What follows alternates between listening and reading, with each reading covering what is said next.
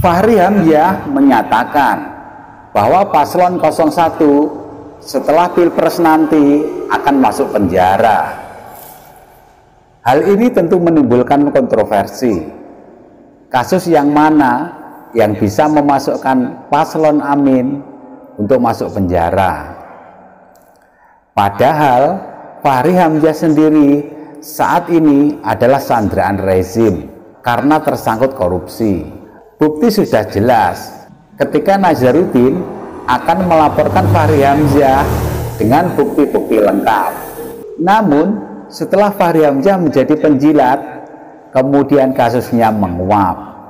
Sementara itu, Anies Baswedan ditanya tentang pernyataan Fahri Hamzah, malas untuk menjawab. Bagi Anies Baswedan, lebih baik memikirkan nasib rakyat daripada menanggapi pernyataan yang tidak berguna. Yang tersangka setelah Pilpres ini namanya Anies Baswedan dan Muhaimin. Kalau sebaliknya nanti Pak, kalau Anies menang? Nggak ada, belum pernah diperiksa. Ya Pak, yang baru-baru ini dari Singkong ke Jagung itu? Food estate. Itu yang luar biasa tuh Bang. Mungkin bisa dijelaskan kami juga itu Bang. Food estate itu adalah sebentar Bang, sebentar. Bisa dijelaskan kami bagaimana itu tuh sehingga pemerintah Jokowi mengambil kebijakan untuk buka food estate yang ada di Kalimantan sana, sehingga ditunjuknya perusahaan milik Pak Prabowo yang menangani itu, dan bagaimana sampai dengan itu tidak sukses seperti yang diharapkan Bang. Itu koran tuh, nggak ada fakta hukumnya. Yang tersangka setelah Pilpres ini namanya Anies Baswedan dan Muhaimin. Kalau sebaliknya nanti Pak, kalau Anies menang? Nggak ada, belum pernah diperiksa. Ya Prabowo kekuasaan masih dipegang Pak. Enggak, ini orang sudah ini orang sudah di oposisi 40 tahun, nggak pernah masuk penjara. Gimana? Sudahlah bos, Anda ini bias, tahu nggak bias? Anda nggak suka Jokowi. Ini pendukungnya Prabowo lama, nggak suka Jokowi, akhirnya benci Prabowo. Pendukungnya Ganjar itu intinya sama, nggak suka Prabowo, akhirnya benci Jokowi. Kami tidak seradikal itu juga ya Pak. Ya kira-kira begitulah. Mohon maaf. Pak, terbaru Pak, Fahri Hamzah bilang Bapak akan ditetapkan sebagai tersangka karena kerap mengkritik food estate Pak. Bang Fahri Hamzah membilang Bapak dan Gus Imin akan dijadikan tersangka setelah Pilpres. Iya. Videonya viral Mas. Videonya viral itu Pak, viral. Bang Fahri Hamzah ini. Kita lebih penting menanggapi soal harga-harga yang mahal, lapangan pekerjaan yang tidak tersedia, rakyat yang kekurangan tanah, sementara ada yang punya tanah luar biasa besar. Dan kita lagi butuh rakyat untuk dapat perlindungan, rakyat untuk dapat kemudahan hidup. Itu yang lebih penting dikomentari. Terbaru Pak, Fahri Hamzah bilang Bapak akan ditetapkan sebagai tersangka karena kerap mengkritik food estate Pak. Bang Fahri Hamzah membilang Bapak dan Gus Imin akan dijadikan tersangka setelah Pilpres. Iya. Videonya viral Mas. Videonya viral itu Pak, viral. Bang Fahri Hamzah ini. Kita lebih penting menanggapi soal harga-harga yang mahal, lapangan pekerjaan yang tidak tersedia, rakyat yang kekurangan tanah, sementara ada yang punya tanah luar biasa besar. Dan kita lagi butuh rakyat untuk dapat perlindungan, rakyat untuk dapat kemudahan hidup. Itu yang lebih penting dikomentari. Bamban ini salah satu dari 40 kota yang ingin digerakkan. Salah satunya adalah di kawasan Banten. Dan kita ingin agar ada pemerataan pembangunan.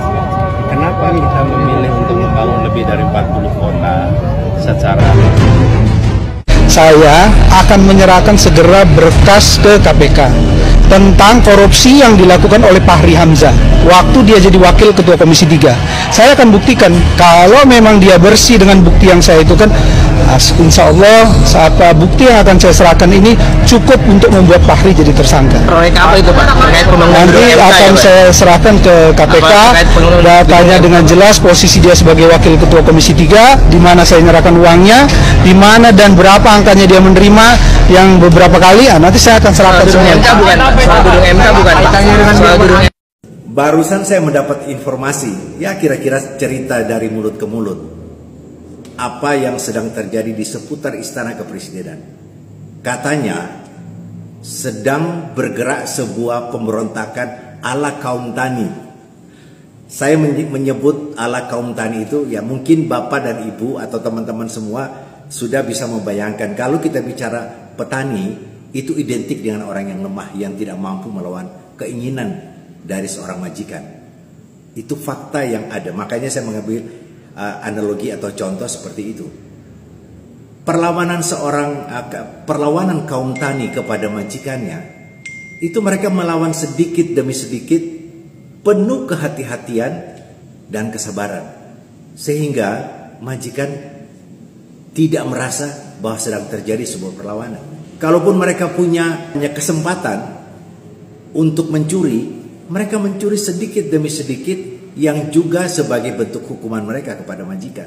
Kalau kita beri tugas, dia mengerjakan ogah-ogahan, tidak mencapai target. Ini bentuk perlawanan mereka. Mereka belaga bego, belaga bodoh. Kalau kita beri tugas, mereka pura-pura tidak tahu. Dan mereka ini semua, bentuk koordinasi mereka adalah koordinasi tahu sama tahu. Mereka punya tujuan dan target yang sama untuk mengalahkan sang majikan. Mereka diam-diam melakukan sabotase, rapat malam-malam atau pertemuan di tingkat desa atau di seputar wilayah para kaum tani. Mereka berkumpul, bergosip, membicarakan seluruh kejelekan perilaku majikan mereka. Sedang terjadi di istana pusat kekuasaan. Perlawanan atau pemberontakan ala kaum tani.